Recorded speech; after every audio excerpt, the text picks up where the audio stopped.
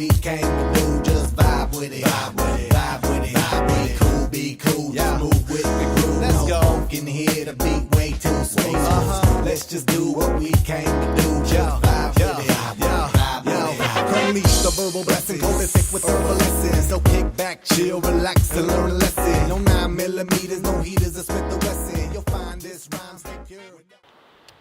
Bonjour à tous, me voici dans les Pyrénées pour un jour un peu spécial. Nous sommes le 10 juillet 2016, le jour de la finale de la Coupe d'Europe entre la France et le Portugal. Et pour fêter, j'espère, cette victoire, je vais monter avec mon père, un autre monsieur Lazaro, en haut de cette montagne. Cette montagne, c'est quoi? C'est le Vignemale, c'est le plus haut sommet des Pyrénées. Donc j'espère demain, en fait, pouvoir fêter la victoire là-haut. Deuxièmement, évidemment, je vais vous parler de biologie et de géologie. Et pour cela, en fait, j'ai trouvé deux thèmes. Le premier thème, c'est l'orogénèse pyrénéenne. Donc, la problématique est ici, ou plutôt là. C'est comment s'est formée la chaîne pyrénéenne. Donc, on va essayer de répondre à cette question. Et mon deuxième thème, en fait, c'est la biologie végétale.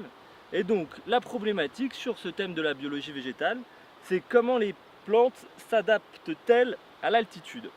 Donc on va traiter ça aujourd'hui et surtout demain. Pourquoi? Parce qu'on est très en retard et qu'on doit aller au refuge. Sinon on ne va pas manger. Il nous reste 2h30 pour monter. On y va.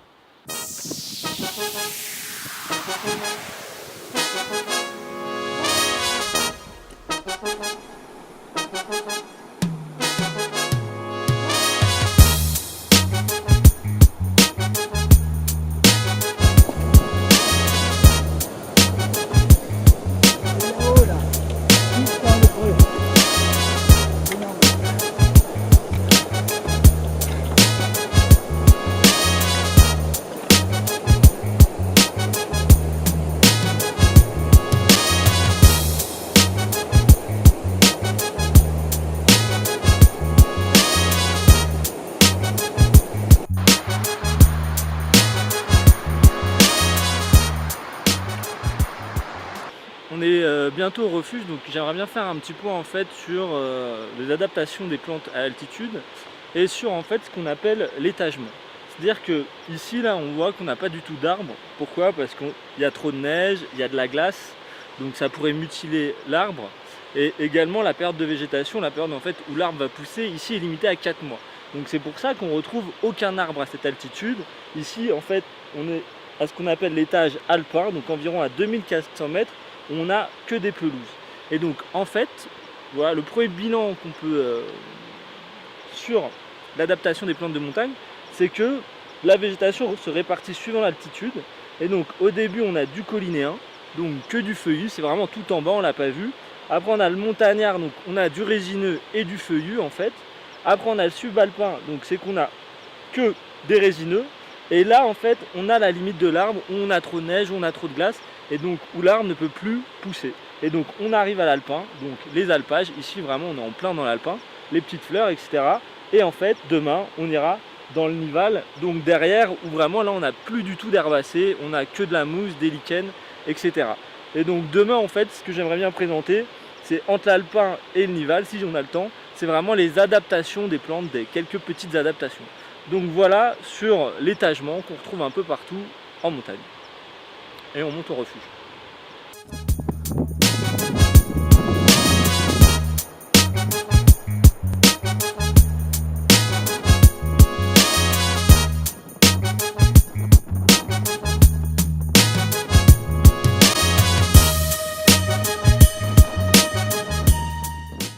Donc, on est arrivé, hein, le père en pleine forme, le fils flagada.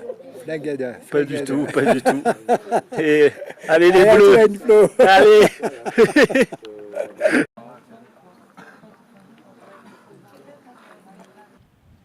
Alors là ça fait à peu près 2 heures qu'on s'est réveillé.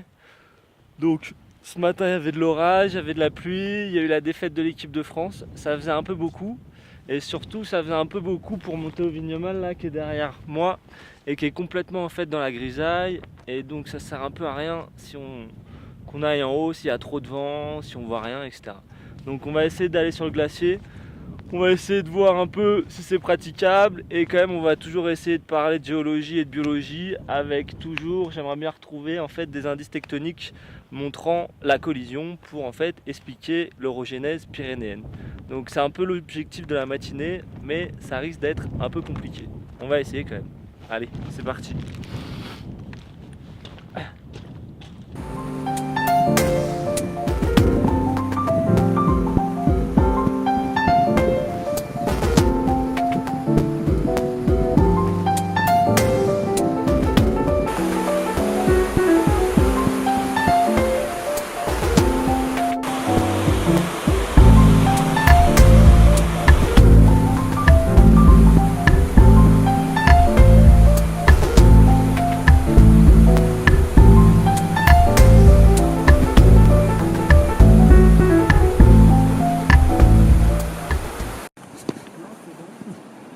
Alors juste on essaye de mettre les crampons avant le glacier.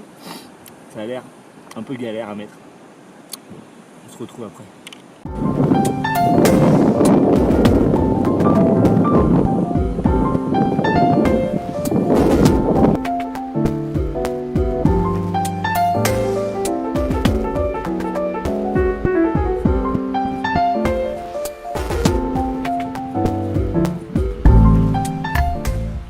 Un peu plus haut sur le glacier et donc je vais vous présenter le premier indice tectonique.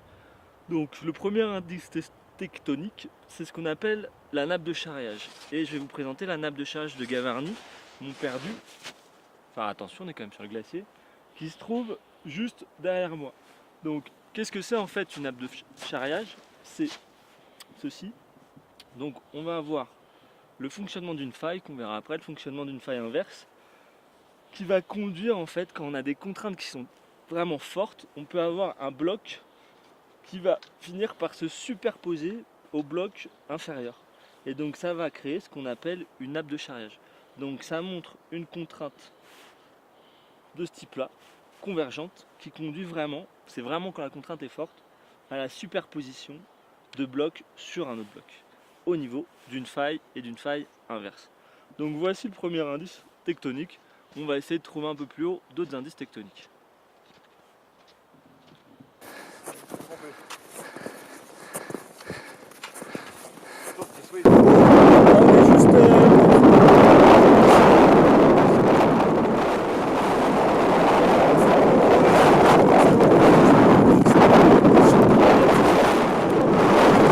va être un peu dur, mais je vais vous faire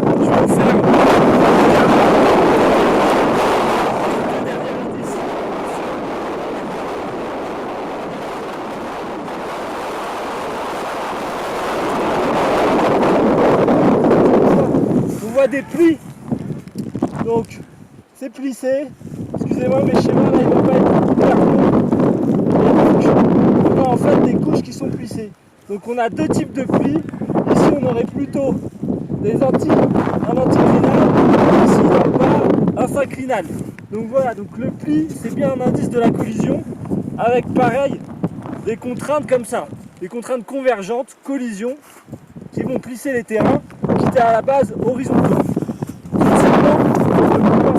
On peut en fait penser que c'est une faille. Donc en fait, normalement c'est une faille profonde qui cisaille un peu, qui coupe le vignomal comme ça. Et donc en fait les failles, c'est le troisième indice en fait de la collision. Donc on a différents types de failles. Ici je sais pas vraiment, on a les failles inverses qui a un mouvement convergent, les failles normales qui a un mouvement divergent et les failles coulissantes qui coulissent. Ok, donc là en fait, on a bien vu les trois indices de la collision, nappe de charriage avec Gavarnie, pli ici et la faille ici. Bon, mes schémas là, ça marche pas, il pleut trop. Et on va essayer quand même, on va voir de monter là-dessus, mais ça va commencer avec tout ça. On y va.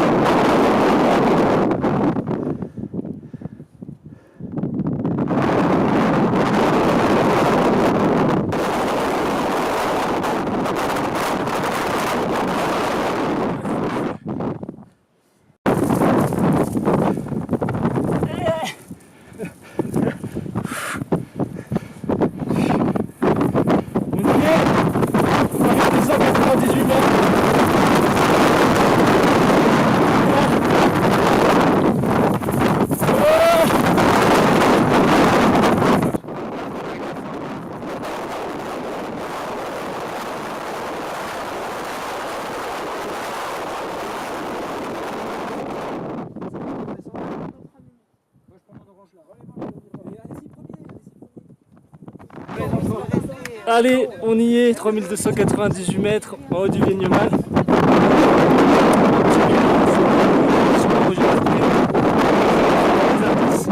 on voit un relief de fou, donc un éclaircissement.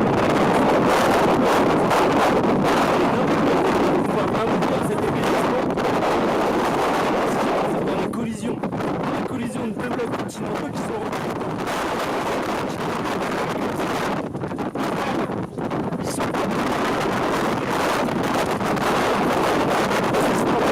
on va tous à tête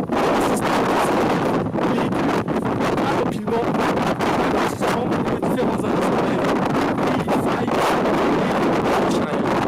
voilà, on est tout en haut.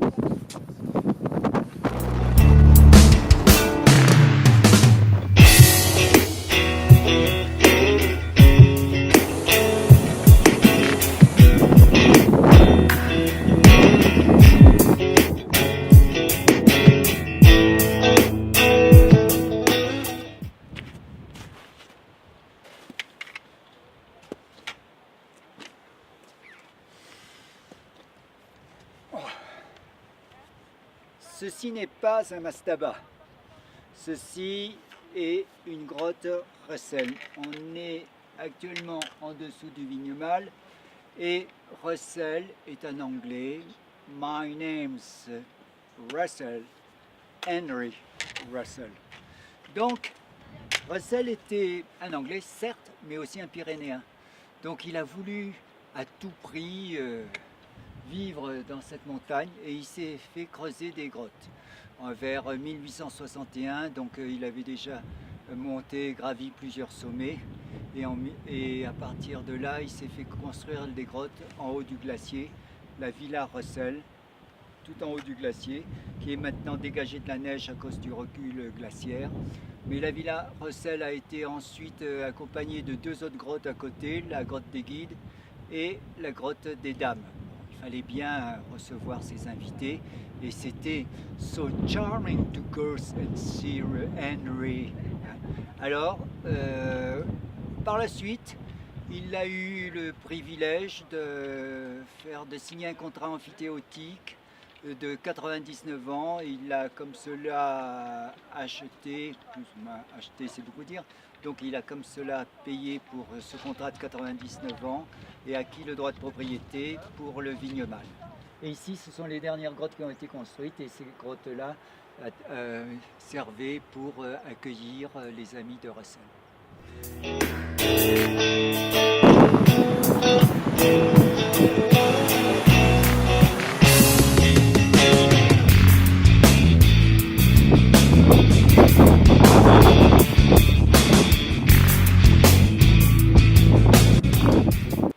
C'est bon, on est rentré, on y est arrivé, on a survécu. Donc on fait le bilan père-fils un peu sur ce qu'on a pensé de la balade. Donc père, qu'as-tu pensé de cette belle balade? Bon, ça fait 15 ans qu'on n'est pas revenu sur place, hein. Ça fait que t'as grandi, bon, il tremblait quand il était petit, bon, mais maintenant ça va, c'est un vrai bonhomme, quoi. Et en plus, il m'apprend des choses en géol, génial. Bah, moi aussi, ça me fait bien plaisir de t'avoir accompagné. Tu t'es bien occupé de moi parce que je me suis un peu fait mal aux genoux, aux pieds, etc. Donc bon, ça va, il a gardé le rôle du père. Et en tout cas, on a bien rigolé et on a passé une belle balade, je trouve. Et je te laisse le soin de faire ton bilan géologique. Allez, c'est parti pour la science.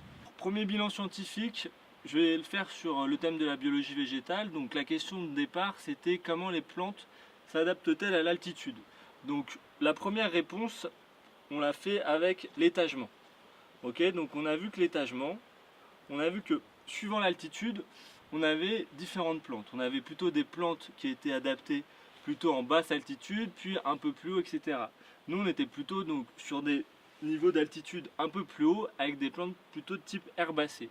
Donc la deuxième partie en fait que je voulais traiter, c'était plus sur l'adaptation des formes des plantes. Donc ça, j'ai pas pu vraiment vous le faire, mais en fait en redescendant avec le père, on a filmé pas mal de plantes. Donc rapidement, je vais vous dire les principales adaptations. Donc tout d'abord, quelle est la contrainte? La contrainte en altitude, elle est surtout liée au gel et à la température. Donc en fait, la plante, c'est des organismes ectothermes, donc qui en fait, leur température varie avec celle du milieu. Donc il faut qu'elles trouvent des stratégies pour en fait garder cette température. Et en fait, elles ont trouvé à peu près 3 ou 4 stratégies. Première stratégie, la stratégie du coussinet. Donc en fait, elles ont une forme de coussinet et comme ça leur permet de garder de la chaleur. Deuxième stratégie, c'est la stratégie de la rosette. Donc elles sont en forme de rosette et ça également, ça leur permet de garder de la chaleur. On vous montrera des photos en même temps. Et troisième stratégie, je n'ai pas vraiment la place, en forme de touffe. Donc ça aussi c'est une autre stratégie. Et donc toutes ces stratégies conduisent en fait à garder de la chaleur.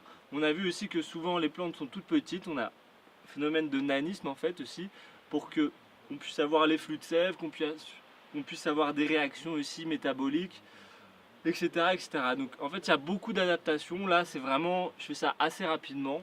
Mais donc voilà en gros comment les plantes peuvent s'adapter à la haute montagne. Et maintenant on passe à la géologie. Passons à la géologie. Donc le thème que l'on est en train de traiter, c'est comment s'est formée la chaîne pyrénéenne, donc l'orogénèse pyrénéenne. Pour cela, en fait, j'ai essayé de retrouver des indices de cette orogénèse, de cette formation dans la chaîne de montagne, donc au Vignemale. Et j'ai trouvé trois indices tectoniques qui sont failles, plis, chevauchement. Et donc je vous ai montré en fait que ces trois indices étaient liés à un mouvement de convergence. Donc déjà on peut interpréter cela. Deuxième chose, quand on est monté sur le Vignemale, on a vu qu'on était vraiment sur un relief très important. Donc on a eu un épaississement de ce qu'on peut appeler la lithosphère continentale. Et donc cet épaississement, comment on peut l'expliquer? Ce que je vous avais raconté, en fait, c'est lié à la collision entre deux blocs continentaux, entre deux lithosphères continentales, qui vont donc, en fait, on a nos lithosphères qui vont se rentrer dedans, elles se rentrent dedans, et là, on a un raccourcissement, et en même temps, on a un empilement, ce qui nous crée un relief. Donc, c'est encore un peu flou. Donc, qu'est-ce que c'est? Quelles sont ces lithosphères continentales, etc. Comment s'est faite cette collision? Donc, je vais vraiment là vous raconter l'histoire de cette chaîne. Et donc, en fait, les Pyrénées ont commencé à se créer en fait il y a à peu près 125 millions d'années. En fait, l'Ibérie était placée beaucoup plus au sud-ouest. Et à cette époque-là, en fait, on va dire à peu près, on avait l'ouverture de l'Atlantique Nord qui commençait en fait à se faire. Et donc cette ouverture a conduit à un mouvement de l'Ibérie. Donc tout d'abord, en fait, on va avoir plutôt un mouvement vers l'est comme ça, qui va se faire. Et vers environ moins 80 millions d'années, l'Ibérie va vraiment aller vers le nord. Et là, donc l'Ibérie va rentrer en collision avec le sud de la France. Et donc on va bien avoir collision entre deux, on va dire, blocs continentaux ou lithosphères continentales, ce qui va créer la chaîne pyrénéenne. Voici l'histoire de la chaîne pyrénéenne. Et je suis complètement fatigué, j'ai envie de dormir. Ciao tout le monde.